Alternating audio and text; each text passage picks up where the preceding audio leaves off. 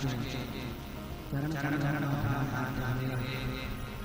आज की त्रिभुवन भगवान दैलेख प्रयुक्त श्रीमद् भागवत महापुराण की कथा में प्रवेश करें।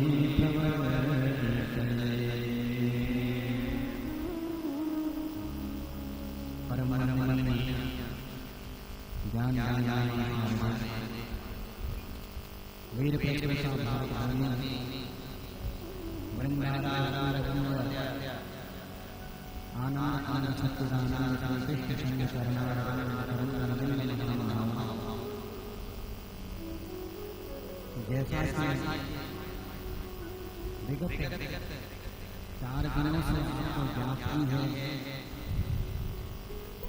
कि परम ऋषि की एक दिव्य तपस्थली में ऋषि के क्षेत्र में और भगवान के प्रांगण में साक्षात भागवत गंगा के तीर पर बैठ करके इस श्रीमद् भागवत महापुराण की कथा गंगा में हम सब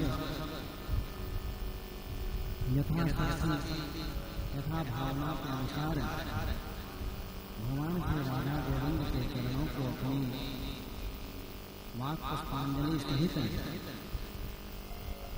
मनसा वाचा कर्मणा भगवान को प्रणाम करने का प्रयत्न कर रहे हैं। जैसा कि पूर्व विदित है ही कि हमारे यजमान जी श्री चमोली जी परिवार में अपने सभी जात समस्त पुत्रों के उद्धार के लिए इस श्रीमद् भागवत महापुराण की कथा का दिव्य आयोजन अपने घर पर करवाया है। जैसे भगवान श्री कृष्ण अर्जुन को उपदेश करते समय गीता में कहते हैं कि हे अर्जुन, समस्त महाभारत में जितने भी कौरव पक्षों की ओर के जितने भी योद्धा युद्ध करेंगे उन सबकी मृत्यु पहले ही निश्चित है और तुम केवल इस कार्य में निमित्त मात्र भव सत्य साथी। हे सत्य साथी, तुम केवल निमित्त है। वैसे ही इस कथा का आयोजन यद्यपि यजमान ने अपने माता जी के पुण्यतिथि के उपलक्ष्य में करवाई है, परंतु इस यज्ञ के दिव्य फल के रूप में उनके वंश के जितने भी जात अज्ञात जितने भी चित्र हैं वह सब तो भगवान के लोक को पहुँचेंगे ही। अन्य जितने भी उनके मनोरथ हैं भागवत कल्प वृक्ष के नीचे बैठ करके उन सब की समस्त आशाओं की पूर्ति अवश्य होगी। ऐसा विश्वास श्री नंदन के चरणों में और भगवान की उस प्रतिज्ञा पर है जिस प्रतिज्ञा में वह कहते हैं कि एक बार जिसने मेरी शरणागति स्वीकार कर ली उसके समस्त योग खेल का वह मैं करा करता हूँ। तो ऐसे भक्त प्रतिज्ञ भगवान की वाणी प्रतिमा श्रीमद् भागवत महापुराण के समक्ष बैठ करके हम और आप बड़े भाग्य से इस कथा सत्संग के लिए उपस्थित है। नारद जी कहते हैं कि भाग्योदयी बहु जन्म समर्पित सत्संग मन चलते पुरुषो यदावा अज्ञान हेतु मोह मदांधकार नाशम विधा यह कटे गलते निवेश। कि बड़े भाग्य बड़े जीवन के कल्पों के जीवन के सुकृतों के पूर्ण उदय होने पर सत्संग की प्राप्ति होती है और सदगुरु के सानिध्य में बैठ करके दिव्य ज्ञान की यदि एक बार प्राप्ति हो जाए तो निश्चित ही भगवान के परम धाम को प्राप्त कर सकता है। भगवान के दिव्य अनुग्रह को प्राप्त करने में समर्थवान हो सकता है। बाबा कहते हैं कि सत संगति सत्य सुधरई सत संगति पाई पारस परस प्रभात सुहाई। भूमिका की बात है मध्यम फल प्रीतिय तत्काला सात हो बकहु मराला। भूमिका का परिवर्तन है। यदि सत्संग का मौका मिल गया तो कौवा कोयल बन सकता है, कोयल हंस बन सकता है। परम सत्य जो है वह परम ज्ञानी हो सकता है। इसलिए भाग्योदयी बहु अनेक जन्मों का जब भाग्योदय होता है तब आपको और हमको सत्संग प्राप्त होता है। तो सत्संग में बीती हुई मेरी एक घड़ी भी दिव्य ज्ञान का हृदयस्थ हो गया तो जीवन को सुधारने के लिए बस उतना ही ज्ञान हमारा परिपूर्ण है। इसलिए आप और हम सब इस श्रीमद् भागवत महापुराण की कथा के श्रवण के लिए एकत्रित हुए हैं। तो व्यर्थ की बातों में अत्यधिक समय न गंवाते हुए क्योंकि अनुशंसाओं और प्रशंसाओं में ही समय यदि बीत जाएगा तो मुख्य जो उद्देश्य है वह उद्देश्य दूर हो जाएगा। और जिस भगवान के रसामृत में हम निमग्न होना चाहते हैं, जिसका पुण्य फल है, उससे हम वंचित रह जाएंगे।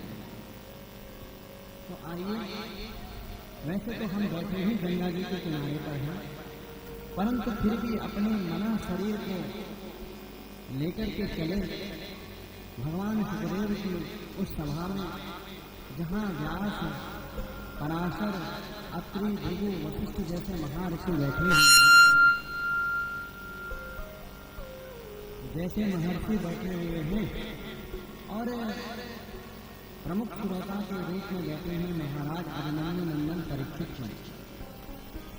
4 दिन की कथाएं बीत देने के बाद भी अन्न और जल का जिन्होंने त्याग किया है, और सुखदेव जी के कहने के पश्चात भी जिन्होंने 1-2 टूक यह उत्तर दिया है कि हे भगवान का रसामृत पान करते करते अब हम थकते नहीं हैं, इसलिए कोई संसार की देह की कोई भी वस्तु अब हमें क्षुधित नहीं कर सकती है, कष्ट प्रदान नहीं कर सकती है। आप तो हे भगवान बस केवल भगवान की कथा सुनाइए, क्योंकि 7 दिन का मेहमान हूँ, और भगवान की कथा को सुनने के पश्चात निश्चित मेरा उद्धार अवश्य होगा।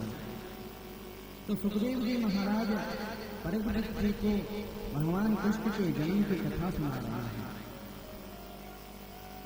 कल के प्रसंग में आपने भगवान कृष्ण का जन्मोत्सव मनाया।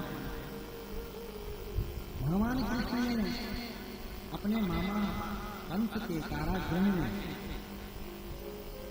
जन्म लिया। देखो, जन्म शब्द का अर्थ है जनि प्रादुर्भावे।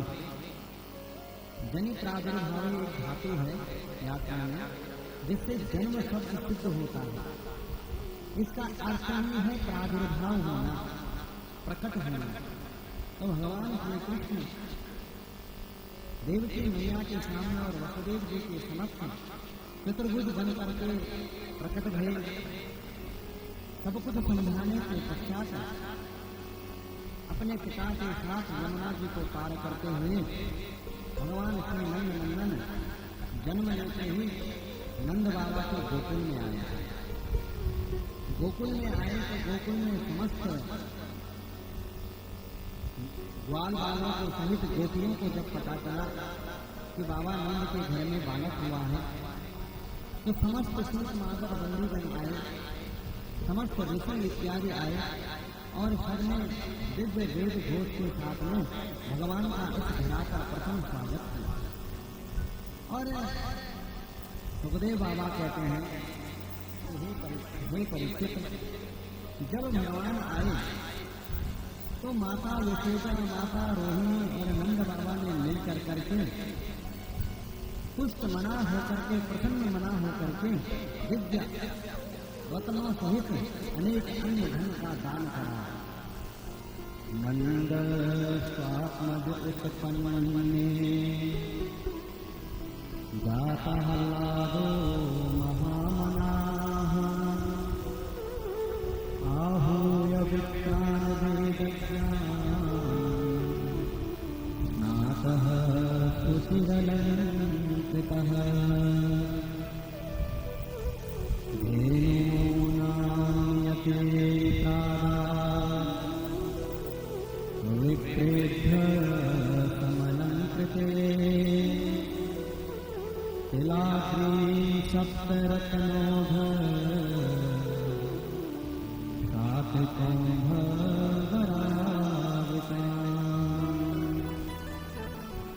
नंद बाबा ने अन्न के विशाल 7 पर्वत बनाए और ब्राह्मणों को दान किया।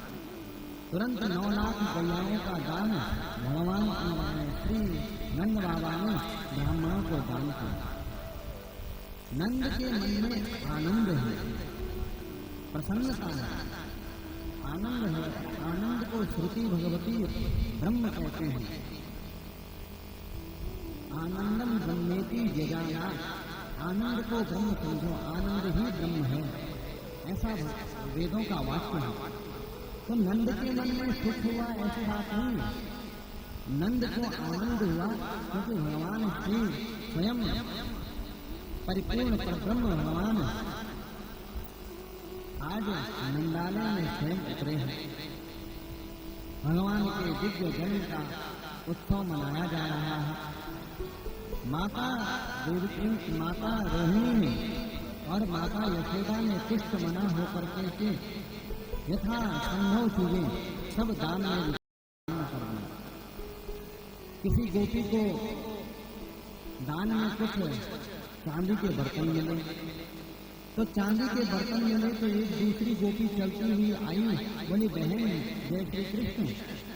एक ने कहा बहन जय श्री कृष्ण, बहुत बहुत बधाई है कि आज हमारे नंद बाबा के घर में बालक का जन्म हुआ है। तो दूसरे ने कहा अरे बहन तुझे भी बहुत बहुत बधाई है, वह बुढ़ापे में मैया यशोदा के घर में लाला का जन्म हुआ है। बहन जरा बता तो सही कि तुझे उपहार में क्या मिला है, क्या प्राप्त हुआ है। तो एक ने कहा कि बहन मुझे तो उपहार में चांदी के बर्तन प्राप्त हुए। तो दूसरे ने कहा अरे बहन तू अभी चांदी के बर्तनों में ही रही है। अरे मुझे देख मैं कितने बढ़िया बढ़िया सोने के हार, सोने के आभूषण और सोने के बर्तन प्राप्त हुए हैं। तो पहले वाले ने कहा अरे बहन तुझे ये सोने के बर्तन, सोने के हार कहाँ प्राप्त हो गए, किसने तुझे दे दिए। बोली अरे बहन तुझे पता नहीं है 2 नंबर गेट पर यही सब बन रहा है। तो पहले वाले ने चांदी के बर्तनों को छोड़ा और दूसरे द्वार पर गई जहाँ सोने के बर्तन बच रहे हैं। वो सोने के बर्तन लेकर के आई तो तब तक तीसरी मिली। तीसरी ने कहा बहन जय श्री राम। बोले जय श्री राम। बोले बहन बहुत बहुत बधाई हो, हमारे नंद बाबा के घर में लाला हुआ है। तो पहले ने कहा कि बहन तुम्हें भी बहुत बहुत बधाई हो, हमारे नंद बाबा के घर में बालक हुआ है। तो बहन बता तुझे उपहार में क्या प्राप्त हुआ। तो उसने कहा बहन देख पहले चांदी के बर्तन मिले थे और अब उपहार में देख कितने बढ़िया बढ़िया कीमती स्वर्ण के आभूषण प्राप्त हुए हैं। तो चौथे ने कहा अरे बहन कभी देख सोने के आभूषणों पर ही टिकी है। अरे मुझे देख हीरा पन्ना से जगमगाते हुए कैसे हीरे पन्ने के बड़े बड़े मणियों के रत्नों के हार प्राप्त हुए। तो उसने कहा अरे बहन हाँ बट रहे। तो उसने कहा कि बहन ये वहाँ बट रहे थे। कहने का अर्थ यह है कि जिसको जो मिला उसने वो अपने हाथ में नहीं रखा, बस फेंकता ही चला गया, इनकी त्याग करता ही चला गया। परीक्षित सुखदेव बाबा कहते हैं कि हे परीक्षित, ऐसा लगा कि माना वैकुंठ की अधिष्ठात्री भगवती माता लक्ष्मी स्वयं आज अपने पति की सेवा में, नारायण की सेवा में गोकुल की भूमि में नंद बाबा के घर में रमा क्रीड़ा धूम विपह मानो साक्षात लक्ष्मी रमण कर रही है, नृत्य कर रही है। दूध दही और घृत की ऐसी बौछारें चली महाराज, ऐसा लगा ही नहीं कि भगवान अपने वैकुंठ को छोड़ कर करके धरती पर उतरे हैं। लेकिन समय बीता, भगवान श्री कृष्ण को जन्म लिए 6 दिन बीते। आज 6 दिन की अवस्था में विधात्री आने वाली है। जब बालक का जन्म होता है या संतति का जन्म होता है तो 6वें दिन विधात्री आती है जो लेख लिखती है। और विधात्री ने लेख लिखा, कन्हैया का लेख लिख रही थी, तो विधात्री ने लेख लिखा कि आज जो धात्री बन करके आएगी, माँ बन करके जो आएगी, धात्री बन करके जो आएगी, आज निश्चित मरेगी। विधात्री को लेख लिख करके चली। इधर कंस ने अपने सारे मंत्रियों को बुलाया, सभासदों को बुलाया और कहा कि भैया हम इतने सावधान रहे, लेकिन फिर भी हमारा शत्रु हमें धोखा देकर के किसी न किसी रूप में हमारे घर से चला गया है, तो अब ऐसी अवस्था में क्या करना चाहिए।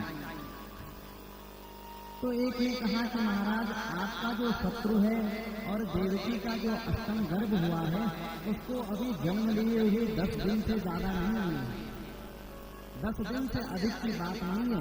इसलिए आप ऐसा कीजिए कि आपके राज्य में 10 दिन के जितने भी बालक हैं या जितनी भी संतान प्रकट हुई हैं, उन सब संतानों को आप मरवा डालिए। कहीं न कहीं आपका शत्रु भी मर ही जाएगा। और मूर्ख जो होते हैं वह विचार नहीं करते हैं। विवेकपूर्ण जिनका जीवन नहीं है, विवेकपूर्ण जिनका जीवन नहीं है, वह दूसरों के बहकावे में आकर के कुछ न कुछ अनुचित निर्णय ले ही डालते हैं। कंस को यह मंत्रणा उचित लगी और तुरंत उसने आदेश दिया। उन्होंने कहा था 10 दिन, और कंस ने कहा कि भैया अपने राज्य में 1 महीने तक के जितने भी संतानें हुई हैं, उन सबको मार डाला जाए। तो उन सबको मारा जाए। इधर नंद बाबा ने सोचा कि भैया गोप बालकों से कहा कि हे गोपों, तुम्हें ध्यान होगा कि प्रतिवर्ष हम कंस का जो कर दिया करते थे, सालाना कर, वो कर इस बार हमने अभी तक दिया नहीं है।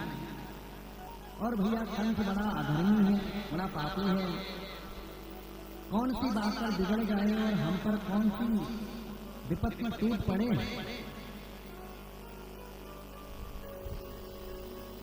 बोल भक्तवत्सल भगवान की जय। तो कौन सी बात पर हमसे बिगड़ जाए और हम पर कौन सा पहाड़ टूट जाए। समस्या को घर में बुलाने से अच्छा है कि उसका निदान कर दिया जाए। तो कुछ गोप बालकों को लेकर बालाओं को लेकर के नंद बाबा चले। गोपान गोकुल रक्षायां निरूप्य मथुरां गतः नन्दः कंसस्य वार्षिक्यं परं दातुं कुरुवः। कंस के वार्षिक कर को देने के लिए नंद बाबा अपने घर से चले। कुछ गोप बालाओं पर नंदालय की सुरक्षा का भार सौंपा और बैलगाड़ी को लेकर के अपने सखाओं के साथ में नंद बाबा कंस की मथुरा नगरी आए। मथुरा नगरी आए तो कंस का सारा जो भी कर था वह उसे भेंट किया। और कंस को भेंट देने के पश्चात जब वापस आने लगे तो अचानक मार्ग में मिल गए श्री वसुदेव जी महाराज। वसुदेव जी महाराज ने जैसे ही नंद बाबा को देखा तो दोनों मित्र बड़े समय बहुत लंबे अंतराल के पश्चात आज एक दूसरे से मिल रहे हैं। दोनों मित्रों ने एक दूसरे का हृदय स्पर्श किया, भुजाघात में एक दूसरे ने आलिंगन किया। सब कुशल क्षेम होने के पश्चात श्री वसुदेव जी महाराज ने कहा कि हे नंद बाबा, मैं बहुत अच्छी तरह जानता हूँ कि मुझे पता चला है कि आप बुढ़ापे में तेरे घर एक बालक ने जन्म लिया। अरे भैया, बालक का जब जन्म हुआ होगा तो तुमने कुछ न कुछ उत्सव तो मनाया है। तो भैया यह उत्सव में हमें नहीं बुला पाया तो जरा तो लड्डू ही ले आता हमारे में। अरे हमारे लाला के होने की खुशी मना लेते, लाला की खुशी में हम भी सम्मिलित हो जाता। तो तुरंत नंद बाबा ने कहा कि हे वसुदेव, तू कहे बिल्कुल ठीक रहा है कि मेरे घर में मेरा बुढ़ापे में एक लाला हुआ। तेरी यह बात भी बिल्कुल सत्य है कि मैंने अपने लाला का जन्मोत्सव भी मनाया।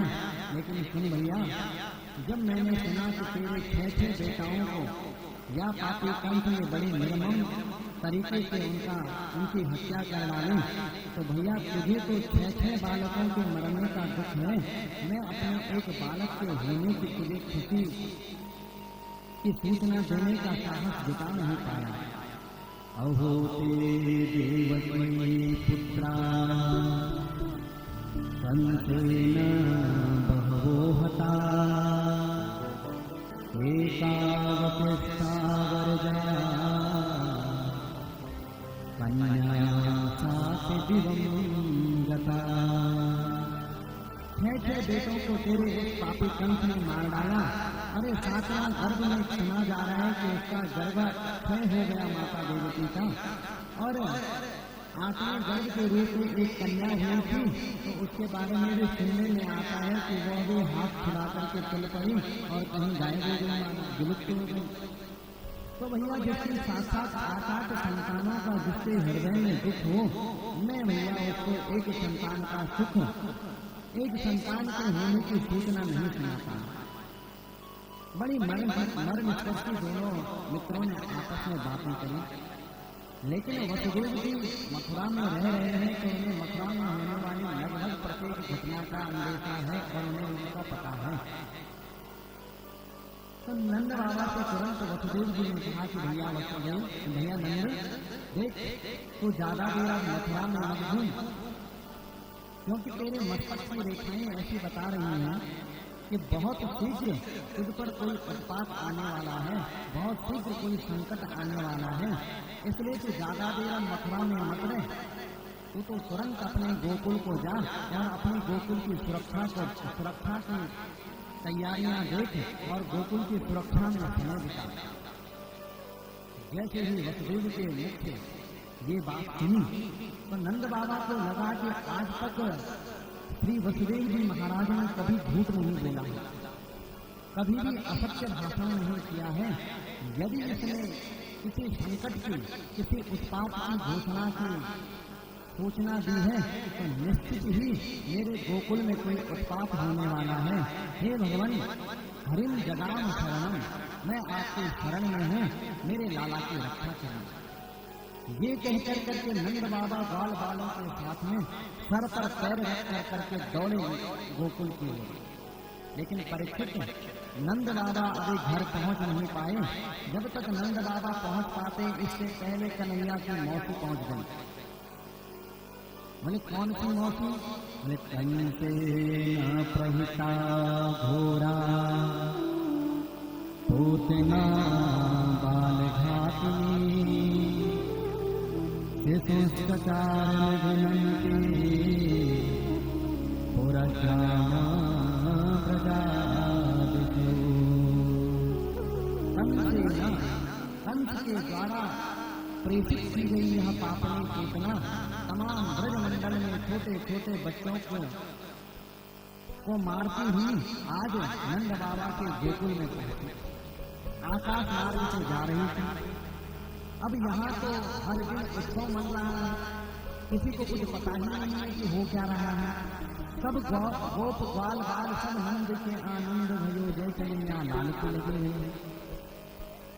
पूतना ने आकाश मार्ग से जाते हुए देखा कि नंद के आनंद भयो जय कन्हैया लाल की हो रही है। इसका मतलब निश्चित है कि किसी के घर में बालक हुआ है, पूत हुआ है। और जब तक मैं जीवित हूँ तो मेरे जीवित रहते किसी का बालक, किसी की संतान जीवित रह जाए, धिक्कार है पूतना के जीवन को।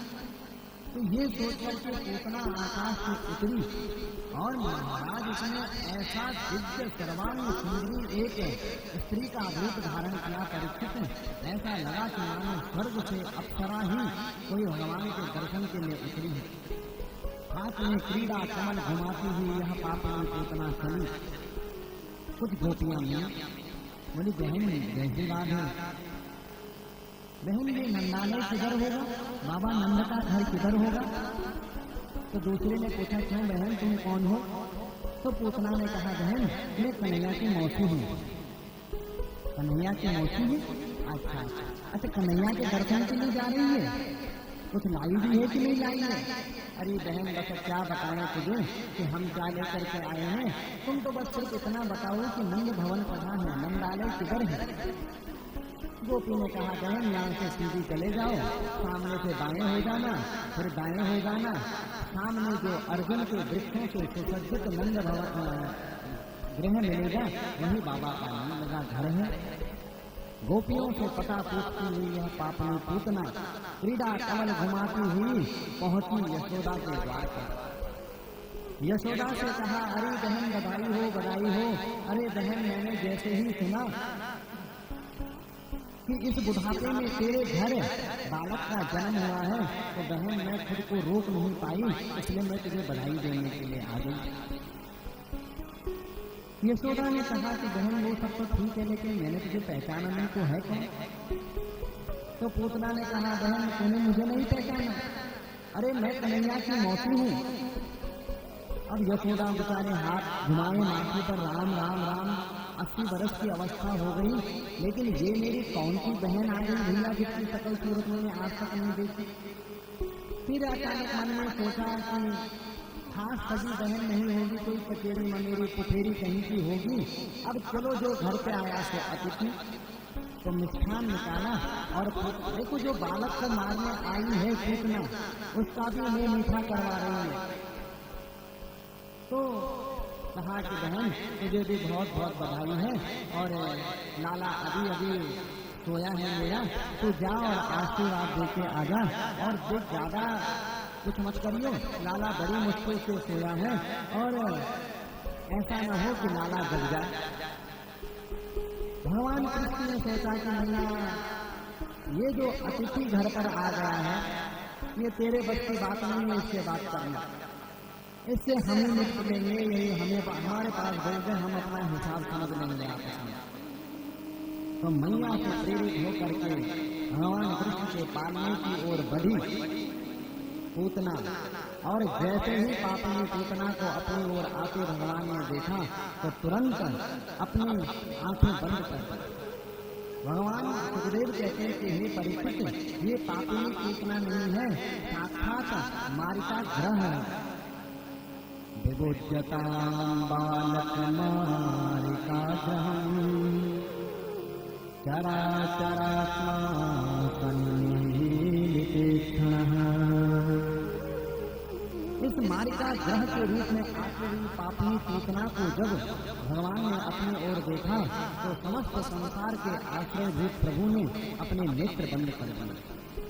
हे परीक्षित, जैसे कोई मूढ़ व्यक्ति संध्या के समय में अज्ञान का वश एक भयंकर विषधर को एक सामान्य से रस्सी समझ करके उठा लेता है, वैसे ही भगवान कृष्ण को इस पूतना ने साधारण बालक समझ करके अपने गोद में उठा लिया, और पहले तो बड़े प्यार से शरीर पर हाथ फेरा, और जैसे ही हाथ फेरा बस मौका मिला पापनी पूतना को, तो ये क्या करती थी कि अपने स्तनों पर कालकूट नाम का विष लगाए रहती थी।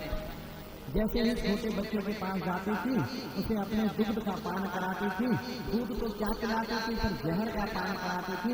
बालक जहर पीता था और ऐसा पीता था फिर कि सदा के लिए सो ही जाता था।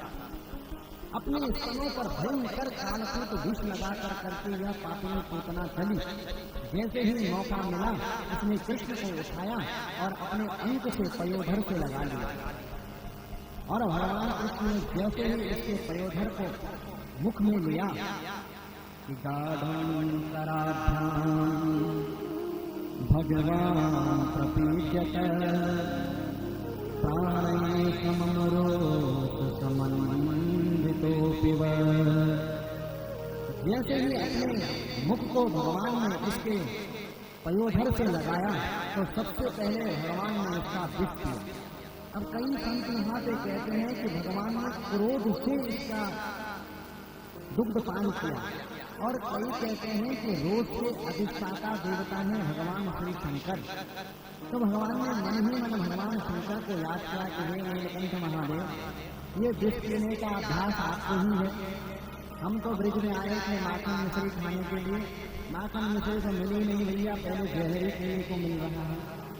तो जहर पीने का अभ्यास तो भोलेनाथ का है, तो रोज शब्द का अर्थ लगाया जाता है कि भगवान श्री शंकर का यहाँ पर भगवान कृष्ण ने ध्यान किया। लेकिन जैसे ही भगवान कृष्ण ने उस पयोधर को अपने मुख में लिया तो सर्वप्रथम उस पापनी पूतना के विष का पान किया। जब विष समाप्त हो गया तब उसके दूध का पान किया, उसके दुग्ध का पान किया, और जब विष और दुग्ध दोनों समाप्त हो गए पूतना के, अंत में भगवान ने उसके प्राणों का पान करना शुरू कर दिया। परीक्षित, जब प्राण खींचने लगे इस पापनी पूतना के, शरीर के मर्म स्थलों में जब वेदना होने लगी, तो जैसे अपने शरीर पर चढ़े हुए किसी जंतु को कोई छिटक देना चाहता है, वैसे ही इस पापनी पूतना ने भी भगवान कृष्ण को छोड़ने का प्रयास किया। सामंचालमिते प्रभाषणी निष्पेक्यमाना किल देववर्मणि। हे परीक्षित, आज तक अपने जीवन में न जाने इस पापनी पूतना ने कितने बालकों की हत्याएं की, तब इसे कोई वेदना नहीं हुई, लेकिन आज जब प्राण छिटके हुए अपने मर्म स्थलों पर इसकी वेदना हुई, तब लगी कहने, बेटा मुंच मुंच, हे बेटा छोड़ दे छोड़ दे। कन्हैया ने कहा, नाम जी, अपने राम किसी को पकड़ते नहीं हैं, और एक बार अपने राम ने किसी को पकड़ लिया तो छोड़ने का तो सवाल ही पैदा नहीं होता। भगवान कृष्ण ने उसके प्राणों का पान किया। जैसे ही मर्म स्थलों में भीम कर वेदना उठी, तो इसका जो माया से बनाया गया स्वरूप था, वह स्वरूप तो छूट गया और विकराल विशाल देह पूतना का प्रकट हो गया। एक छलांग लगाई पूतना ने मथुरा की ओर जाने के लिए। जब तक एक पैर बढ़ाया, इतने में भगवान ने पूरा प्राण खींच लिया तो धम से गिरी महाराज, और मार्ग में पड़ने वाले एक जंगल, एक वन के ऊपर गिरी, और ऐसा गिरी महाराज कि पतमानो पितदेह त्रिगव्योतन्तरद्रुमान् चूर्णयामास राजेन्द्र महदासीतमद्भुतम्। जो इसका विकराल विशाल देह परीक्षित इससे वन के ऊपर गिरा, तो समस्त वन को अपने नीचे लेती हुई ये पापनी पूतना वन का विनाश करते हुए उन वृक्षों के ऊपर जा पड़ी। जब पूतना गिरी और वृक्षों के गिरने का स्वर हुआ, तब गोकुलवासियों को समझ आया कि अरे भैया क्या बात हो गई, हमारा कन्हैया कहाँ चला गया। मैया यशोदा ने कहा कि भैया वो देवी कहाँ चली गई जो आई थी मौसी बन करके। थोड़ी दूर करके जाकर के देखा किसकी मौसी किसका कुछ विकराल विशाल देह बनकर करके पापनी पूतना पड़ी हुई है मार्ग में, और भगवान कृष्ण उसके वक्षस्थल पर क्रीड़ा कर रहे हैं। जो मैया ने यह दृश्य देखा, माता ने यह दृश्य देखा, अरे मैया ने तुरंत लपक कर करके भगवान श्री कृष्ण को, मैया ने लपक कर करके भगवान श्री कृष्ण को अंक में उठाया, तुरंत गौशाला में लेकर के गई, और गौशाला में ले गई तो गोमूत्रेण स्नापयित्वा पुनर्गोरजसार्भकम् रक्षां चक्रस्य चक्रता गादपान्येषु नामभिः। भगवान के द्वादशाक्षर मंत्र का प्रयोग करते हुए और भगवान के दिव्य नामों का प्रयोग करते हुए देवी मैया यशोदा ने गाय के पूंछ से एक झाड़ा दिया भगवान पर। यह कार्यक्रम चल रहा था कि इतने में पहुंच गए नंद बाबा। नंद बाबा जैसे ही आए, जैसे ही देखा, गोकुल वासियों ने बताया कि अरे बाबा धन्यवाद तुम पहुंचे। अरे और तो तू बात ही छोड़, तेरे घर में पूतना आ गई पापनी, कन्हैया को लिए जा रही थी, अब भगवान जाने महाराज की कैसे गिर पड़ी, पापनी पूतना तो मर गई, लेकिन तेरा लाला बिल्कुल सुरक्षित है। नंद बाबा ने कहा कि भैया मुझे आज पता चल गया कि मेरा वसुदेव नंबर 1 का जोशी है। देख तो मेरे वसुदेव ने मुझे मथुरा में ही बता दिया था कि बाबा को शीघ्र घर पहुंच, क्योंकि तेरे घर में उत्पात होने वाला है। और वह वसुदेव की बात इतनी पक्की निकली कि मैं अभी तक घर भी नहीं पहुंच पाया कि मुझसे पहले उत्पात पहुंच गए। बोले बाबा वो सब तो ठीक है, लेकिन अब ये पूतना मर करके गिरी है, इतना बड़ा विशाल देह इसका है, तो अब क्या किया जाए।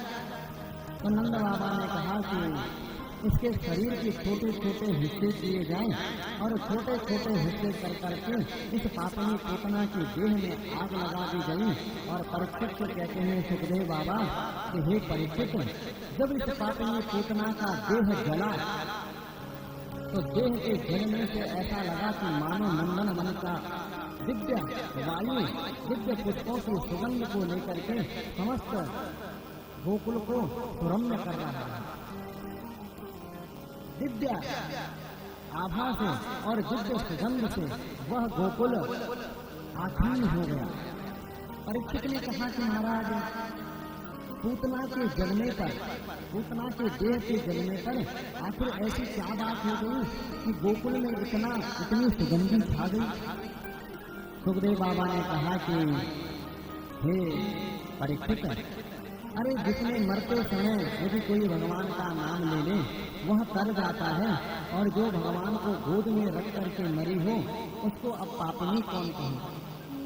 यदि तुम लौकिक दृष्टि से देखोगे तो एक एक गुण भी उसका देख लो तो कहीं से भी तुम्हें तरती हुई नजर नहीं आएगी। पूतना लोक बालघनी राक्षसी रुधिरासना विधानसयाति हरये स्तनं दत्त्वा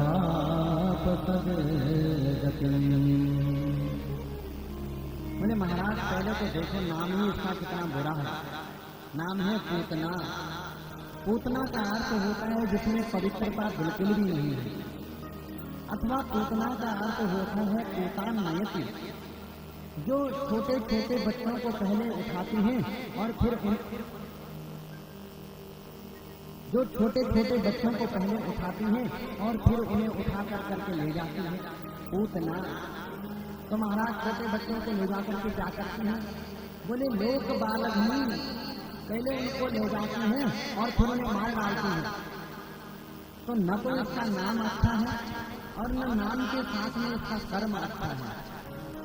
तीसरा, जिस खानदान में जिस कुल में उत्पन्न हुई है वह भी अधम है, राक्षसी। और चौथा, भोजन भी कोई बढ़िया नहीं है। किसी ने कहा कि कोई फलाहार करती होगी, दुग्धाहार करती होगी। बोले नहीं नहीं महाराज, रुधिरासना, छोटे छोटे बच्चों को लेके जाती हैं, उन्हें मार डालती हैं और बाद में उनका रक्तपान कर जाती हैं। तो भगवान से प्रेम करती होगी? बोले नहीं, भगवान से भी प्रेम नहीं करती है। बोले क्यों? बोले क्योंकि भगवान के पास भी आई है विधानसयाति, वैर भाव से भी भगवान के पास आई है, भगवान को मारना चाह रही है। तो विधानसयाति हरये, भगवान को मारने की भावना से उनके पास आई है। लेकिन बस भगवान सिर्फ इतनी बात पर रीझ गए कि माता के समान, धात्री के समान इसने अपना स्तन मेरे मुख में दिया है और मुझे दुग्ध का पान कराया है, तो जैसी गति में अपनी माँ को, अपनी धात्री को दूंगा, वैसी ही गति में इस पापनी पूतना को भी दूंगा। तो सुखदेव बाबा कहते हैं कि हे परीक्षित, यही कारण था कि भगवान का अंग संग होने के कारण भगवान के स्पर्श मात्र से इस पापनी पूतना के समस्त पाप धुल गए और उसे दिव्य गति प्राप्त हुई। सुखदेव बाबा कहते हैं कि हे परीक्षित, जो भी इस पूतना के मोक्ष का पाठ कहेगा, सुनेगा अथवा स्मरण करेगा, निश्चित रूप से वह तर जाएगा। यही पूतना मोक्षम कृष्णश्चाद्भुतमद्भुतम् शृणुयात् श्रद्धया मर्त्या गोविंदे लभते रतिम्। देखो, पूतना कोई ऐसी भाग्यशालिनी नहीं है कि जिसकी कथा को सुना जाए, लेकिन फिर भी सुखदेव बाबा कह रहे हैं कि इस पूतना मोक्ष की कथा को जो सुनेगा उसमें उसकी भगवान में अनन्य प्रीति होगी। बोले क्यों? ऐसा क्या किया पूतना ने? बोले इसलिए कहा कि आपने गाय भैंसें देखी हैं, गाय भैंस एक बार जैसे घास खा लेती हैं तो जुगाली करती हैं और बड़े आराम से जुगाली करती हैं, उस अन्न को पचाने की, उस घास को पचाने की कोशिश करती हैं। तो यानी सुखदेव बाबा कहते हैं कि जब मानव उस लीला को सुनेंगे कि भगवान ने एक ऐसी पापनी को भी मुक्ति प्रदान करी, एक ऐसी पापनी का भी पर लोग सुधार दिया कि जो भगवान से इतना बैर करती थी और जिसकी ऐसी अवस्था थी तो जो सामान्यतया भगवान के चरणों का ध्यान करेंगे उनका उद्धार हो जाएगा, इसमें कोई संशय नहीं है। तो पूतना मोक्ष की कथा सुनाई। समय बीता, भगवान थोड़ा और बड़े हुए। एक दिन भगवान ने क्या किया, मैया यशोदा ने देखा कि लाला को पालने में सुलाया है। लाला पालने में सोए हुए हैं और पालने में सोते सोते अचानक कन्हैया ने करवट बदल ली। अब जब करवट बदलता है बालक तो बड़ी खुशी होती है ना कि भैया आज कन्हैया थोड़ा बड़ा हो गया। और मैया प्रसन्न हो गई, अरे राम राम, आज अपना लाला थोड़ा बड़ा हो गया है, आज तो मैं बधाई बजाऊंगा। तो तुरंत एक नाई को बुलाया और नाई से कहा कि भैया जाकर के सारे ब्रज मंडल में, सारे गोकुल में कोई सूचना दे दे कि आज का निमंत्रण मैया यशोदा के घर में है। सारी गोपियां दिव्य साज श्रृंगार कर करके रुनक झुनक करते हुए मैया के यहाँ पहुंची। अरे मैया बधाई हो, आज लाला ने पहली बार करवट बदली है, आज हमारा लाला थोड़ा बड़ा हो गया है। तो तमाम गोपियों को अपने गृह पर आया हुआ जब मैया ने देखा तो मैया ने क्या किया, एक पास में एक छकड़ा पड़ा हुआ था। छकड़ा मतलब बैलगाड़ी पड़ी हुई थी और बैलगाड़ी में बैल नहीं थे लगे हुए, बैलों को जोता नहीं गया था। मैया ने उसके बैलगाड़ी के नीचे एक पालना सा बनाया, उसमें कन्हैया को लिटाया, थप्पी दी और कन्हैया को सुला दिया। गोपियों ने कहा कि मैया कन्हैया कहाँ है? तो मैया ने कहा कि देखो बहन, अभी अभी लाला को दूध पिवाया है और लाला को सुलाया है, देखो तुम ज्यादा शोर मत करना, नहीं तो हमारा लाला जल जाएगा। गोपियों ने कहा अरे मैया अब हम सब आई हैं, ध्यान मंदिरा बजेगा और कीर्तन होगा, हम नाचेंगे, तो भैया शोर तो होगा ही होगा। तो भगवती यशोदा ने पालने में बालक को सुला करके एक बैलगाड़ी के नीचे सुलाया। इधर गोपियां कर करके नाचती, उधर लाला की नींद खुली। लाला ने कहा जय हो जय हो जय हो। अरे जिसके जन्म की बधाइयां बज रही हैं, जिसके उपलक्ष्य में बधाइयां बज रही हैं, उसी को कोई पूछने वाला नहीं है, तो क्या किया जाए? तो बालक कृष्ण ने रोना प्रारंभ करा। ओ महाराज ऐसा रोए गला फाड़ फाड़ करके, लेकिन किसी ने नहीं सुना। भगवान ने कहा वाह जय हो, जिसकी बधाइयां बज रही हैं उसी को कोई सुन नहीं रहा है। तो इसी समय पर कंस ने एक राक्षस को भेजा, जिस राक्षस का नाम था सकटासुर, वैसे इसका असली नाम था उत्कच। ये हिरण्याक्ष का बेटा था। एक बार एक महात्मा के आश्रम पर गया तो इतना बल इस उत्कच के अंदर था तो उसकी पीठ में खुजली हुई, और पीठ में खुजली हुई तो इसने आश्रम के वृक्षों से अपने पीठ को खुजलाना प्रारंभ करा। तो इसके बल के कारण वृक्ष उखड़ उखड़ के गिरने लगे। महात्मा को क्रोध आ गया, बोले अरे भैया लगता है तुझे अपने शरीर के बल का कुछ ज्यादा ही घमंड हो गया है। जहाँ हम तुझे साप देते हैं कि तू विदेह हो जा, मतलब देह से रहित हो जा, तो वही उत्कच कंस ने भेजा और इस सकट के ऊपर बैठा। इसने सोचा कि कृष्ण को इसके नीचे लिटाया गया है, मैं इतना बल का प्रयोग करूंगा कि ये तमाम दूध दही से भरा हुआ जो छकड़ा है, ये छकड़ा कृष्ण के ऊपर गिरेगा और कृष्ण मर जाएगा। तो इसने अपनी पूरी शक्ति से इस छकड़े को दबाना प्रारंभ करा। भगवान ने देख लिया, भैया तो ये देख रहे थे, और भगवान ने रोते रोते बस थोड़ा सा अपने चरण का प्रहार किया, और जैसे ही चरण का प्रहार उस छकड़े पर हुआ, उस बैलगाड़ी पर हुआ, हम दी से बैलगाड़ी के सहित गिरा उत्कच। तो गोविंदाय नमः ओ जो रव्यवती स्मृति गोपाल गोपी बालका रुदितानेन पादेन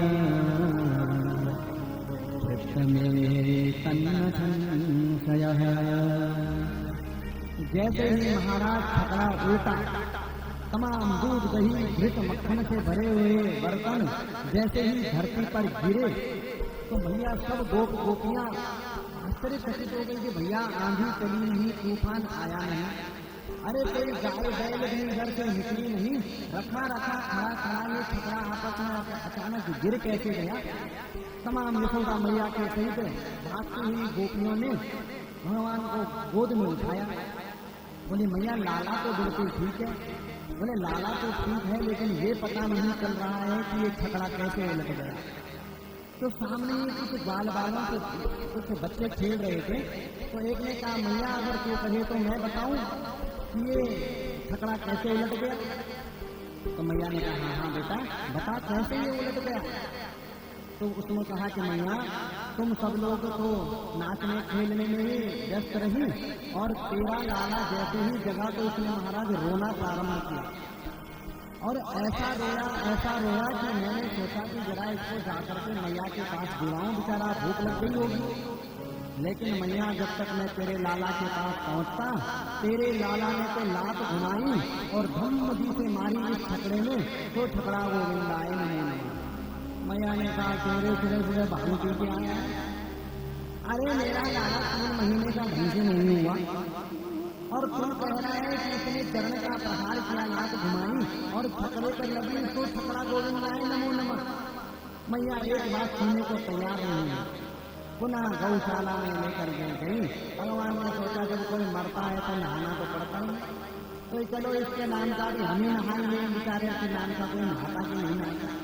तो भगवान को फिर लेकर के गौशाला में गई, और गौशाला में जाकर के पुनः भगवान को गौमूत्र से स्नान कराया और पुनः दिव्य श्रृंगार करा। अपने अंत में बैठा कर करके भगवती यशोदा कन्हैया को दुग्ध का पान करा रही है। एक दारो हमारूढ़म लालयन्ती सुतम सती गरिमाणं शिशोर्वोढुं नसेहे गिरिकूटव। मैया कन्हैया को दूध पान करा रही है, लेकिन दूध पीते पीते भगवान को 1 घंटा हो गया। तो भगवान ने क्या किया, धीरे धीरे अपने शरीर के वजन को बढ़ाना प्रारंभ किया, और वजन को बढ़ाते बढ़ाते इतने भारी हो गए प्रभु कि मैया यशोदा को लगा कि मैंने अपने बालक को ही अपने गोद में उठाया है, कि कहीं ऐसा तो नहीं है कि किसी पर्वत को उठा करके रख दिया है। गरिमा नाम की अपनी सिद्धि का भगवान ने प्रयोग किया और अपने शरीर को भारी करा। क्यों? क्योंकि इसी भारी अन्य अस्त्र से भगवान आने वाले दैत्य का वध करने वाले। जो अच्छा क्षत्रिय होता है ना, शस्त्र का जानकार, तो युद्ध में जाने से पहले अपने शस्त्रों का बढ़िया निरीक्षण कर लेता है। पता चला कि युद्ध में उतरे और तलवार में जंग लगी है तो गोविंद आए नहीं। तो भगवान को लगा कि जरा एक बार जिस शस्त्र से मैं तृणावर्त का वध करने वाला हूँ, जरा इस शस्त्र की मैं एक बार जांच तो कर लूं। तो परख करी माता की, जब मैया को भगवान कृष्ण का भाव इतना ज्यादा लगा कि माँ कृष्ण को गोद में रख नहीं पाई, तो भूमौ निधाय तम गोपी, उस गोपी ने, मैया यशोदा ने भगवान को जमीन पर लिटाया। विस्मिता भार पीड़िता, बड़े विस्मय में है, भार से पीड़ित है। इतने में भगवान तो धरा पर लेटे, जमीन पर लेटे हुए हैं। भगवती यशोदा को, मैया यशोदा को चली गृह कार्य करने के लिए। इधर भगवान ने टेढ़ी दृष्टि से देखा तो कंस ने एक दैत्य को भेजा। तो दैत्यो नामो तृणावर्तः कंसभृत्य प्रणोदितः चक्रवात स्वरूपेण दहारासीनमर्धकम्। एक तृणावर्त नाम के दैत्य को भेजा। कैसा दैत्य था? ये दैत्य चक्रवात का स्वरूप लेकर के आया। ओ महाराज, भयंकर बवंडर चढ़ने लगा जब ये चला। इतना भयंकर बवंडर चला, धूल की ऐसी आंधी चली कि एक क्षण में सारा गोकुल रजसा तमसावृतम, धूल की आंधी में भर गया। कौन कहाँ है कोई किसी को देख नहीं पा रहा है, इतना अंधकार छा गया। ओ वेग से चलते हुए झंडा वाक बन कर करके जैसे यह तृणावर्त नंदालय में पहुंचा, भगवान कृष्ण को लेटा हुआ देखा, इसने झपकते ही कृष्ण को उठाया और चल पड़ा। भगवान कृष्ण ने विरोध नहीं किया, चला ऊपर की ओर उठा। अब जैसे ही ऊपर की ओर चला तो भगवान ने उड़ते उड़ते सब जगह देख लिया कौन सी जगह जगह हमें क्या क्या करना है। लेकिन जैसे ही तृणावर्त में मथुरा की ओर उड़ने के लिए अपना मन बनाया तो भगवान ने क्या किया कि इसका गला पकड़ा और गला दबाया और अपना वजन बढ़ाया। क्षण भर में इतने भारी प्रभु हो गए कि तृणावर्त को लगा कि रे राम राम, मैं एक बालक को ही उठा करके चल रहा हूँ, कहीं ऐसा तो नहीं है कि धोखे में मैंने नंद बाबा के आंगन में पड़ी हुई एक काली सी शिला पत्थर उठा करके चल दिया हूँ। नहीं तो एक बालक में इतना वजन। अब महाराज पीछे मुड़ मुड़ करके देखे, भगवान को लगा कि अरे मूर्ख, मेरे भक्त पत्थर में भी मुझे देख लेते हैं और कुछ मुझ में पत्थर देख रहा है। तो अंते या मति सागति। तो भगवान ने क्या किया कि इसकी गर्दन को दबाया। प्राणवायु जब अवरुद्ध हो गई, प्राणवायु के अवरुद्ध होते ही भगवान ने अपना वजन बढ़ाया और भगवान के वजन के साथ में, भगवान के उस भार के साथ में ये अंतरिक्ष से गिरा। तमंतरिक्षा पतितम शिलायाम विशीर्ण शर्वा वयवं करालम् पुरं यथा रुद्रसरेण बुद्धः श्रियोरुदत्यो ददृशो समेता। ऊपर से गिरता हुआ यह तृणावर्त भगवान ने इसको उस काली शिला के खंड पर पटका और गिरते ही इसका मस्तक फट गया और सो तृणावर्त गोविंदाय नमः। जैसे ही तृणावर्त की मृत्यु हुई, झंझावात शांत हुआ, जब कुछ देखने के लायक बचा तब मैया यशोदा ग्रह से बाहर निकली और देखा कि कन्हैया किनारे पर पड़ा हुआ है और एक भयंकर राक्षस, एक भयंकर दैत्य आंगन में मरा पड़ा हुआ है। मैया यशोदा ने कहा कि भैया मैंने किसी का क्या बिगाड़ किया? अरे रोज कोई न कोई आता है, न जाने इस कन्हैया से किसी की क्या दुश्मनी है। अरे कोई न कोई प्रतिदिन आता है और आकर के अपने आप ही मर जाता है। मुझे तो ऐसा लगता है कि ये कोई अपने पाप के कारण ही व्यक्ति मर जाता है, अन्यथा कोई किसी को मारने वाला नहीं है। मैया ने पुनः कन्हैया को स्नान कराया। कन्हैया को स्नान कराया। स्नान कराने के पश्चात मैया ने देखा कि कन्हैया को भूख लगी है, तो भगवान को अंक में लेकर के दुग्ध का पान मैया कराने लगी। लेकिन दूध पीते पीते भगवान को 1 घंटा हो गया। भगवान दूध आज छोड़ नहीं रहे हैं। मैया यशोदा को बड़ी चिंता हुई, क्या बात है, बालक इतनी देर से दूध पी रहा है, ज्यादा दूध पिएगा तो कहीं इसका पेट खराब न हो जाए। तो मैया जैसे ही दूध से हटाए तो कन्हैया रोने लगे और दूध में लगाए तो फिर कन्हैया चुप हो जाए। तो मैया ने क्या किया, दूध पीते कन्हैया के चरण पर मैया ने उंगलियों से गुदगुदी करी और जैसे ही मैया ने गुदगुदी करी तो कन्हैया ने तुरंत दुग्ध को छोड़ा और हंसने लगे। लेकिन परीक्षित हंसते हुए कन्हैया के मुख के ऊपर जैसे ही मैया की दृष्टि पड़ी, ओ महाराज चतुर्दश भुवन एक साथ नजर आए। हमरो दसी ज्योतिरनीक माता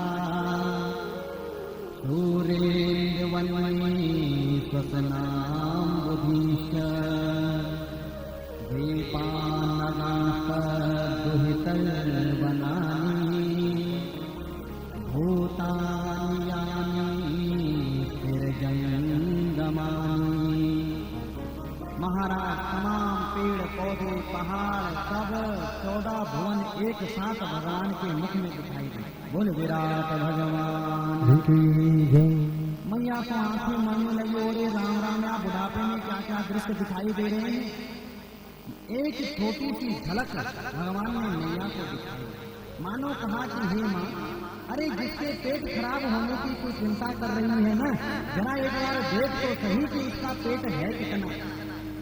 अरे मैया, तू तो मेरी माँ है, तेरे दूध को पीने से एक अकेला कन्हैया तृप्त नहीं हो रहा है।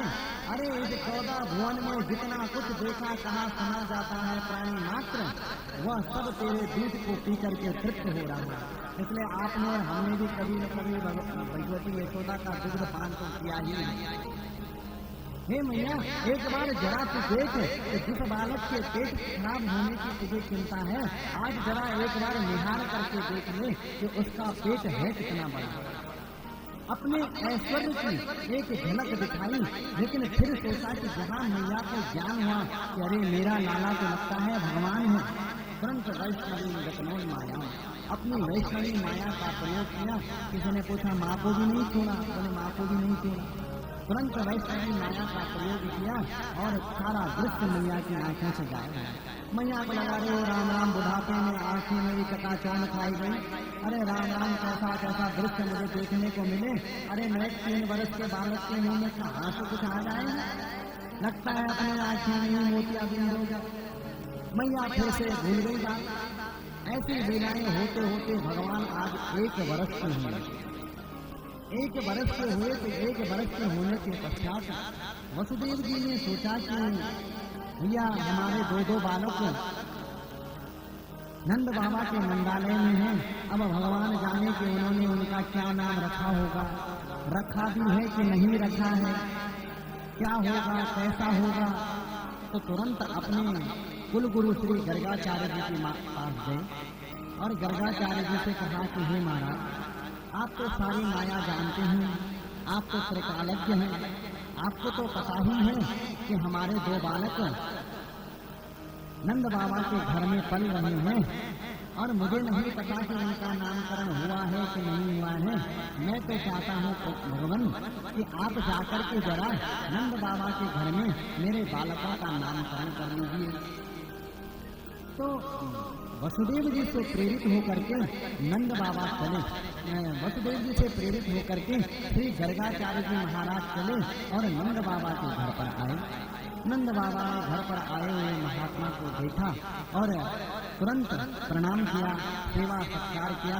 अतिथि सत्कार अतिथि पूजन हो जाने के पश्चात नंद बाबा ने कहा कि हे महाराज, मेरे घर में 2 बालक हैं। भैया महाराज, जब से इनका जन्म हुआ है, जब से ये आए हैं, कोई न कोई विपत्ति, ऐसा कोई दिन नहीं है महाराज जिस दिन कोई न कोई विपत्ति आती नहीं है। जरा महाराज थोड़ा आप उनकी जन्म पत्री देख करके इनके राशि का विचार कर करके बताइए कि कैसे ग्रह नक्षत्र लेके पैदा हुए हैं ये, कि ऐसा कोई दिन बीतता नहीं है महाराज जिस दिन कोई कष्ट न आए। तो नंद बाबा से गर्गाचार्य का वो तो ठीक है भैया बाबा, लेकिन कल बता तो सही कि तूने अपने बालकों का नाम क्या रखा है, कौन सी राशि में जन्म हुआ है उनका, तभी तो हम कुछ बताएंगे। तब नंद बाबा को याद आ गया, अरे महाराज आपने सही याद दिलाई, अरे अभी तक हमने बालकों का नाम ही नहीं रखा। बोले जय हो नंद बाबा। बोले कितना समय हो गया बालकों को हुए? अरे महाराज वो समय छोड़ो, साल भर बीत गया। गर्गाचार्य ने कहा जय हो नंद बाबा, साल भर हो गया और तुमने अभी तक बालकों का नाम नहीं रखा। बोले महाराज अब तो जो होना था तो हो गया, अब आप घर पर आए हैं तो आप ही हमारे बालकों का नामकरण कर दीजिए। तो नंद बाबा से गर्गाचार्य बोले कि सुन नंद बाबा, तुझे पता भी है? बोले क्या? बोले यदूना महमाचार्य ख्यातश्च भुवि सर्वतः सुतं मया संस्कृतं ते मन्यसे देवकी सुतम। अरे नंद बाबा, तुझे पता है कि मैं यदुकुल का, यदुवंशियों का आचार्य हूँ।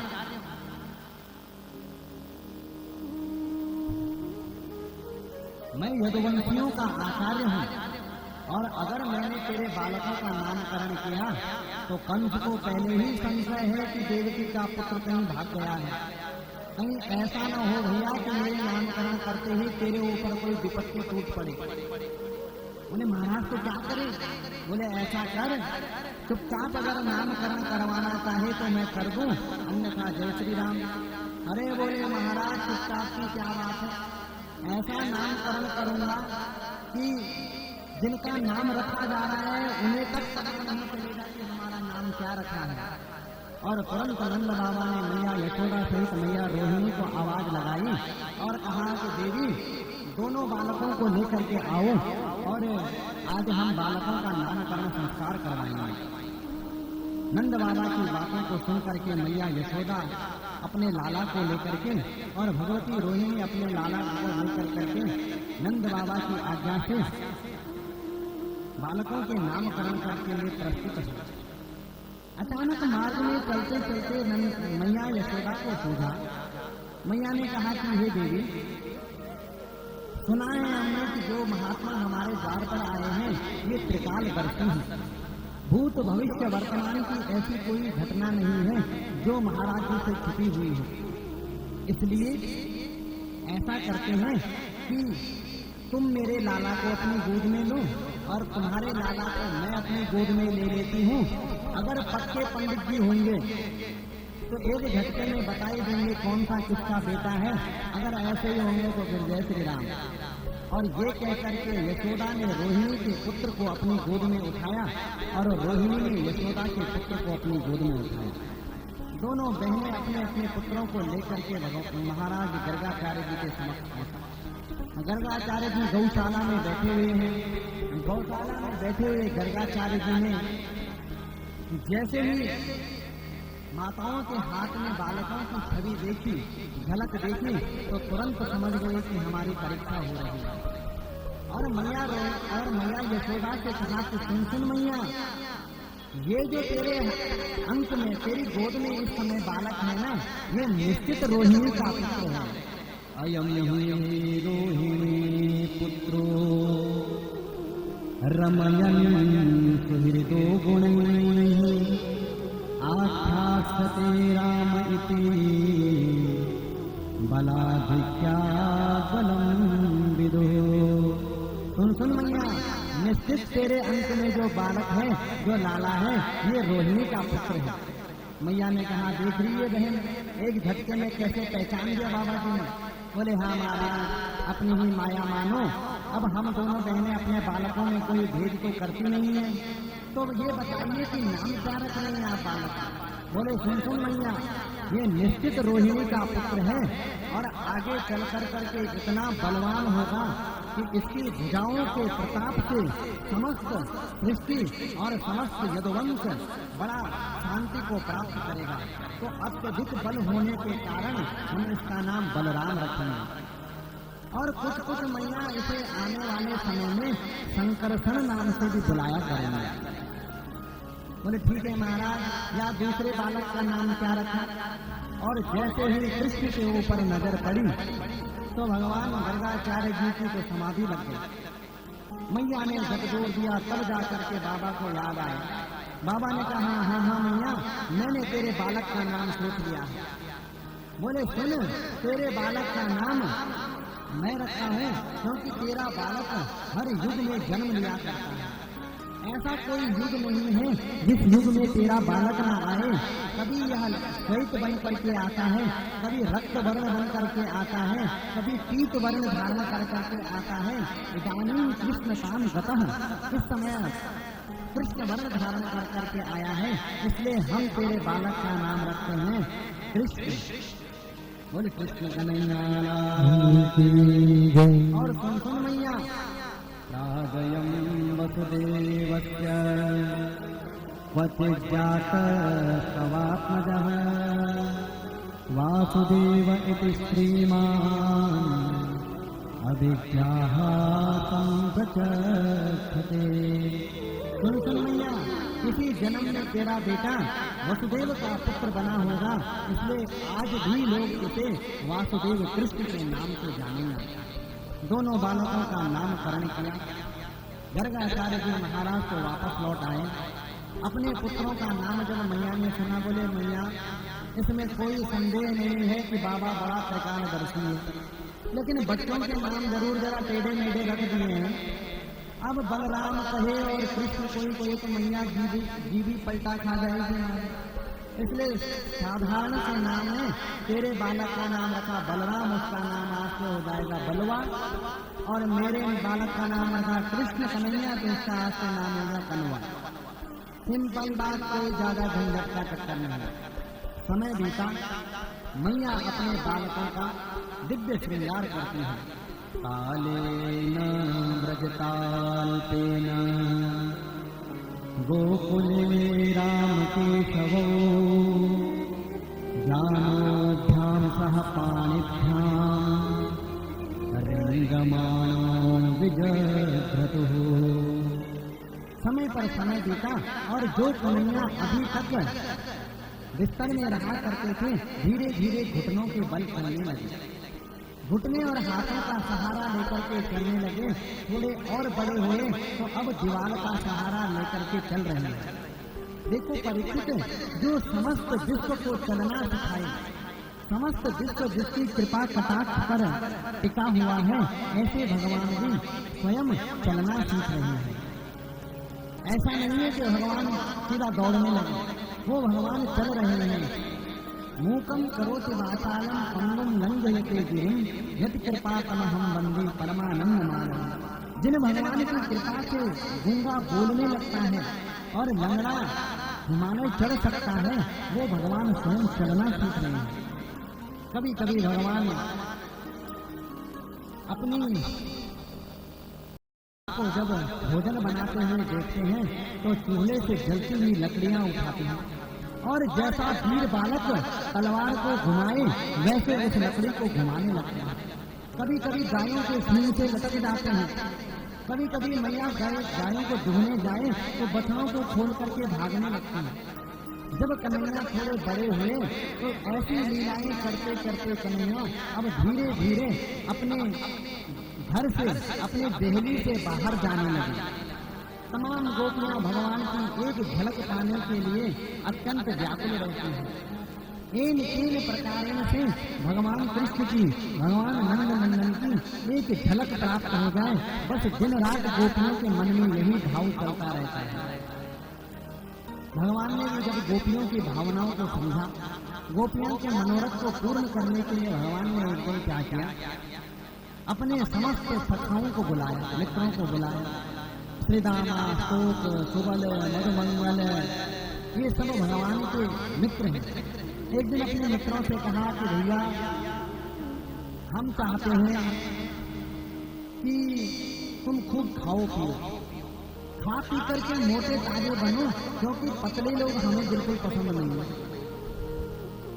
तो एक ग्वाला ने पूछा, एक गोप ने पूछा, क्या भैया कन्हैया, अरे 9 लाख गायें तेरे पिताजी के घर पर बंधी हुई हैं, और 9 लाख गायें तेरे पिताजी के घर पे हैं, तुझे क्या खाने पीने की कमी हो गई? बोले भैया मुझे कोई कमी नहीं है, लेकिन इस श्रीदामा को देख जरा। अरे भैया मैं 1.5 हड्डी का लगता है। क्यों भैया, श्रीदामा को कुछ खाना पीना नहीं खाता है क्या? तो श्रीदामा ने कहा कि भैया कन्हैया, अपने घर में गाय भी है, दूध भी है, दही भी है, मक्खन भी है, घी भी है, सब कुछ है। भगवान ने कहा कि जब सब कुछ है तो फिर खाता क्यों नहीं? बोले भैया सब कुछ है, लेकिन जैसे ही दूध से दही, दही से घी, मक्खन, मक्खन से घी बनता है, मैया सारा सामान उठाती है और मथुरा में बेच करके आ जाती है, हमारे पल्ले भैया कछु ना पड़े। तो कृष्ण ने कहा कि भैया अपने घर में नहीं खाने का मिल रहा है तो तू चोरी करके खा, लेकिन खा। तो श्रीदामा ने कहा कि अरे भैया हमारे बाप दादा ने आज तक कबू हमें चोरी करना ना सिखाया, तू ठहरा बड़े पिताजी का बेटा, अरे तू ज्यादा चोरी की बात कर रहा है, तो क्या तू चलेगा हमारे साथ माखन की चोरी करने? भगवान ने कहा कि हे मित्र, तुम्हें मोटा ताजा बनाने के लिए चाहे मैंने खुद चोरी करनी पड़े, लेकिन मैं तुझे खाना जरूर खिलाऊंगा। और ये कह करके भगवान ने एक मंडल तैयार किया।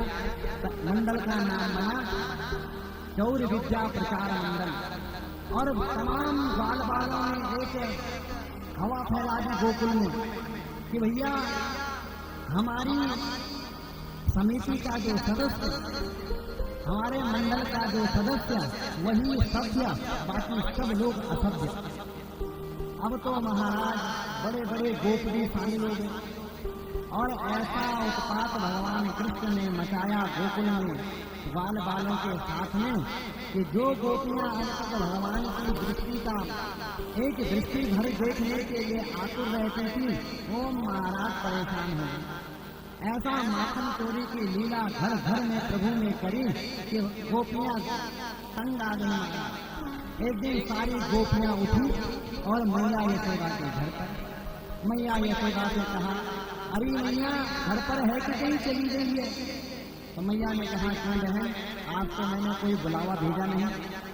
तो गोपियों ने कहा कि बहन, हम आज तेरे बेटे के कोई गीत गाने नहीं आए हैं, आज तो हम तेरे बेटे की कारनामे तुझे सुनाने आए हैं। बोले क्यों भैया, क्यों, मेरे बेटे ने क्या करा? तो एक एक गोपी शिकायत कर रही है प्रभु की, अब कुछ सही नहीं, कुछ ऐसे ही बोल रही है। तो गोपियां शिकायत करती हैं, हे मैया, वत्सानंतन क्वचित् समये क्रोध संजात हासः तेयं सात्वत्यधिपयः कल्पितैः मर्कान् भोक्षन् विविशति सचे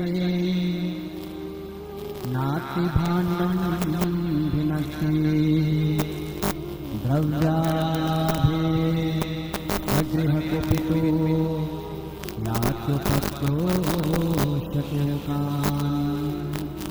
एक गोपी ने कहा कि मैया तू सबसे पहले मेरी बात सुन। बोले हाँ, जब मैंने सुना कि मेरे लाला ने तेरा क्या बिगाड़ा? बोले वत्सान मुंसन, तेरा लाला बछड़ों को खोल करके भाग जाता है। तो मैया ने कहा कि अरे बहन गोपी, तू दूध दुहने जा रही होगी, गाय दुहने जा रही होगी, तो मेरी लाला की आदत है कि जब मैं गाय दुहने जाती हूँ तो ये बछड़े को खोल करके भाग जाता है। बोले नाना मैया, पूरी बात तो सुन। वत्सान मुंसन कभी असमय, गाय को दुहने का कोई समय नहीं है, गाय को दुहने का समय नहीं है, इसने तो बछड़ों को खोला और भाग गया। जब मैंने कहा कि मैया ये कन्हैया, मैं गाय दुहने जा रही हूँ, जरा लेके मेरे बछड़ों को खोल तो दे। तो इसने कहा कि तुम गोपी, तेरे हाथ में दर्द हो रहा है या तेरे हाथ पर काम नहीं कर रहे हैं? मैया जब मैंने कहा तो मुझे तमाम गालियाँ सुनाई और जब अपनी मर्जी आई तो भाग चला। बोले वत्सान क्वचित् समये। तो मैया ने कहा कि ऐसा कर बहन, ये जब तेरे घर पर आता है तो एक बार डांट दिया कर, तो तू डरा देगी तो ये चुप हो जाएगा। बोले मैया वो भी करके देखा तो क्या हुआ? क्रोध संजात हासः। भगवान जाने मैया, भगवान ने विधाता ने इसकी हंसी में क्या चमत्कार भरा हुआ है। जैसे ही मैं इसे डांटती हूँ, ये अपना छोटा सा मुख लेकर करके हंस जाता है और ऐसा हंसता है कि मैया इसको हंसते हुए देख करके मेरी हंसी और छूट जाती है। मैया मेरा सारा क्रोध कहाँ चला जा रहा है? दूसरे ने बोला मैया मेरी विपत्ति और सुन। यशोदा ने कहा बहन सुनने बैठी हूँ और कर भी पा सकती हूँ। बोले बहन तू अपने बालक को कम मत समझ, ये हमारे घर में आता है और मटके से दही माखन चुरा। तो मैया ने कहा कि बहन अरे छोटे बच्चे हैं, घर में आ गए, इनके हाथ में कोई सामान आता है कोई तो कर देते हैं ना। तुम ऐसा करो कि मटकों को थोड़ा ऊपर क्यों नहीं रख देती खींचे से? उसने कहा बहन ये भी करके देख लिया हमने। बोले तब क्या भैया, तब क्या हुआ? अरे बोली बहन मुझे अपने बेटे की शरारती बता नहीं। अरे इसने 4 तगड़े तगड़े नीचे खड़े करे, 4 उसके कंधे पर खड़े करे, फिर 2 उसके कंधे पर खड़े हुए और ऊपर जाके महाराज खड़े हो गए। फिर आ गया मटका हाथ में और मटके से महाराज पहले तो घी भर के मक्खन खाया इसने और कल की टेस्ट के लिए योग महाराज ऊपर से टपका टपका करके अपने सारे ग्वाल वालों को और खिलाए। मैया ने कहा कि बहन अब क्या कर सकते। तीसरे ने कहा मैया मेरी और सुन तो बात। मैया ने कहा क्या? बोले मैया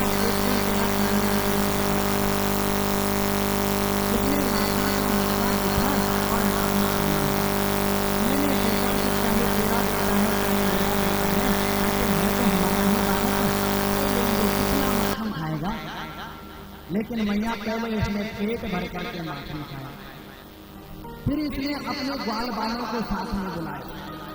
सारे ग्वाल बालों ने भी छक करके मक्खन खाया मारा।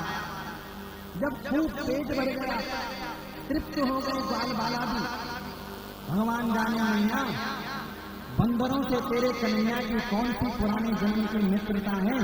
एक सीटी इसने बजाई और महाराज हजारों बंदर मेरे घर पर आता। एक एक करके इसने सारे बंदरों को भी मक्खन खिलाया मैया। मैं फिर भी कुछ नहीं बोली। मैंने सोचा कि आज इसे मक्खन खाई लेंगे। अरे कितना मक्खन खाएंगे। मैंने कहा कि मैया बंदरों को भी जब इसने मक्खन खिला दिया, अरे मैया पहले इसने खुद मक्खन खाया, बाल बालों को माखन खिलाया, बंदर भी जब मक्खन खा खा करके तृप्त हो गए तो मैया फिर मत पूछ कि तेरे कन्हैया ने क्या किया। बोले फिर क्या हुआ। बोले मैया तेरे कन्हैया ने माखन का मटका उठाया और नाक से लगाया। नाक से लगा करके सूंघने लगा जैसे बंदर सूंघते हैं। और सूंघते हुए कन्हैया ने अचानक बंदरों की ओर और अपने मित्रों की ओर देख करके कहा कि राम राम राम राम। अरे ये गोपी कितनी आलसी है, कितना सड़ा हुआ मक्खन इसने अपने घर में रखा हुआ है। और ये कह करके मैया इसने मक्खन का मटका उठाया और उठा करके धड़ाम दी से पटक दिया तो गोविंदाए मैया। अब तू बता मैया कि पहले खुद माखन खावे, बाल बालों को खिलावे, बंदरों को भी खिलावे, और जब पेट भर जावे तो सड़ा माखन बता करके महाराज मटके को ही फोड़ दे। एक गोपी थी जिसका नाम था प्रभावती, और इस प्रभावती का प्रभाव ऐसा था महाराज कि जब तक एक दिन में 10 लोगों से झगड़ा न हो जाए इसको शांति प्राप्त नहीं होती। ये प्रभावती जब तक 10 लोगों से झगड़ा न कर जाए तब तक इसके चित्त को शांति नहीं प्राप्त होती। तो प्रभावती ने कहा कि अरे गोपियों, वो कन्हैया आता होगा तुम्हारे घर में, करता होगा चोरी। अरे एक दिन जरा मेरे घर में आके दिखाए, ऐसी पिटाई करूंगी कि माखन चुराना भूल जाएगा। ये कह करके प्रभावती चली घर से। अब प्रभावती का जो देवर था, एक देवर था प्रभावती का जो देवर था वो कन्हैया का CID था, गुप्तचर विभाग में था। वो भगवान कृष्ण को सूचनाएं देता रहता था कि कहाँ क्या क्या चल रहा है, कौन किसके बारे में क्या कह रहा है। तो ये अपने घर से आया और ये कदम्ब की टोली के, कदम्ब के वृक्ष के नीचे बैठे हुए थे भगवान कृष्ण और उनके सखा। और ये आया, इसने कहा कि अरे कन्हैया तू यहाँ बैठा हुआ है, वहाँ देख मेरी भाभी जरा क्या क्या कह रही है तुझे। तो कन्हैया ने कहा क्यों भैया तेरी भाभी क्या कह रही है। बोले मेरी भाभी कह रही है कि वो करता होगा किसी दूसरे के घर में चोरी। एक बार जरा मेरे घर में चोरी करके दिखाए, ऐसी पिटाई करवाएंगे कि चोरी करना भूल जाएगा। कन्हैया ने कहा अच्छा, तेरी भाभी का इतना साहस क्यों हमारी पिटाई करवाएगी। हाँ भैया तेरा ही घर बचा हुआ है जरा माखन तोड़ने के लिए, तो आज तेरे ही घर का नंबर लगाया जाए। ये कह करके सारे ग्वाल बाला आए प्रभावती के घर पर। अब वो जमाना था, ताले तो होते नहीं। प्रभावती ने दरवाजा खींचा, सांकल लगाया, माथे पर मटकी रखी और जमुना जल के ले गई। इधर कन्हैया और कन्हैया के मित्रों ने प्रवेश किया कक्ष में। अरे भैया कहाँ रखा है तेरी भाभी ने मक्खन। अरे कन्हैया क्या बात कर दी, वो भीतर वाले कमरे में रखा है, आज ही ताजा ताजा मक्खन निकाला है। कन्हैया गए, कन्हैया ने बढ़िया मक्खन खाया। सब ग्वाल बालों ने जी भर करके जब मक्खन खा लिया तब कन्हैया ने ग्वाल बालों को कहा कि अरे ग्वाल बालों, हमें तो लगता है कि ये प्रभावती बड़ी आलसी है। तो उसने कहा कि भैया कैसे भाभी आलसी कैसे। अरे देख के जरा घर में बिल्कुल साफ सफाई नहीं है, चौका पोछा तो कुछ किया ही नहीं है इसी। क्यों ना हमने इसका मक्खन खाया है, हम इसका मक्खन खाए हैं तो मक्खन का ऋण तो अदा करना चाहिए। तो बोले क्या करें। बोले ऐसा करो इसके घर की लिपाई पुताई करो। तो गोप बालों ने कहा कि हाँ हाँ कन्हैया बिल्कुल बताओ कैसे। बोले ना मिट्टी से और पानी से नहीं, मक्खन से करो। हमने इसका मक्खन खाया है, मक्खन का तो ऋण उतारना ही चाहिए। तो तमाम ग्वाल वालों ने मक्खन लिया और सारे घर में मक्खन का चौका देते और दीवालों पर भी मक्खन लगा लगा करके महाराज कन्हैया ने कहा हाँ भैया सब हो गया, व्यवस्था सब ठीक हो गई। बोले हाँ हाँ कन्हैया बिल्कुल ऐसी कोई जगह नहीं बची जहाँ मक्खन का चौका नहीं दे दिया गया। और बहुत बढ़िया, बहुत सुंदर, ये हमारी पिटाई करवाएगी। इसे आज हम समझाएंगे कि पिटाई कैसे होती है। हाँ क्या, जैसे जैसे दरवाजे लगा था सब बंद कर दो और किवाड़ बंद कर दिए महाराज। अब स्वयं घर के कोने में जाकर के खड़े हो गए और महाराज आई प्रभावती गजगामिनी मस्तक पर मिट्टी का घड़ा रखे हुए जमुना के जल से भरी हुई गजगामिनी मंत्र जपनी होती हुई और प्रभावती पहुंची घर में। जैसे ही प्रभावती ने अपना दरवाजा खोला, अब यहाँ से सब मक्खन का ले, जैसे ही दरवाजा खुला और देहली पर प्रभावती ने कदम रखा तो ऐसे चली महाराज जैसे रोडवेज की बस चलती है। देहली से चली और सीधा रुकी सामने वाली दीवार पर जाकर के। और महाराज माथे पर रखा था मटका, तो मटका गिरा जमीन में। अब मटके से गिरा पानी, अब मक्खन और पानी। अब जैसे ही जैसे तैसे खड़े उठी बेचारी दीवार पर, दीवार पे भी मक्खन। जैसे ही दीवार के हाथ लगाए तो 4 कदम और उछल के गिरी। हे भगवान, महाराज नशे नशे दर्द करने लगी प्रभावती। अब तो बेचारे ने उठने का प्रयत्न ही नहीं किया क्योंकि उसकी करेगी नहीं था। अब दांती बचे थी जो छूटे नहीं थे, अगर अगली बार बचाते तो सो भी गए थे। अब तो बिचारी ने उठने का प्रयत्न नहीं किया। जैसे तैसे सांप की तरह रेंग रांग के उस मक्खन से होते ही घर के बाहर निकला। कन्हैया क्या सबक सिखाया है तुमने इस प्रभावती को, ये हमारी पिटाई करवाएगी।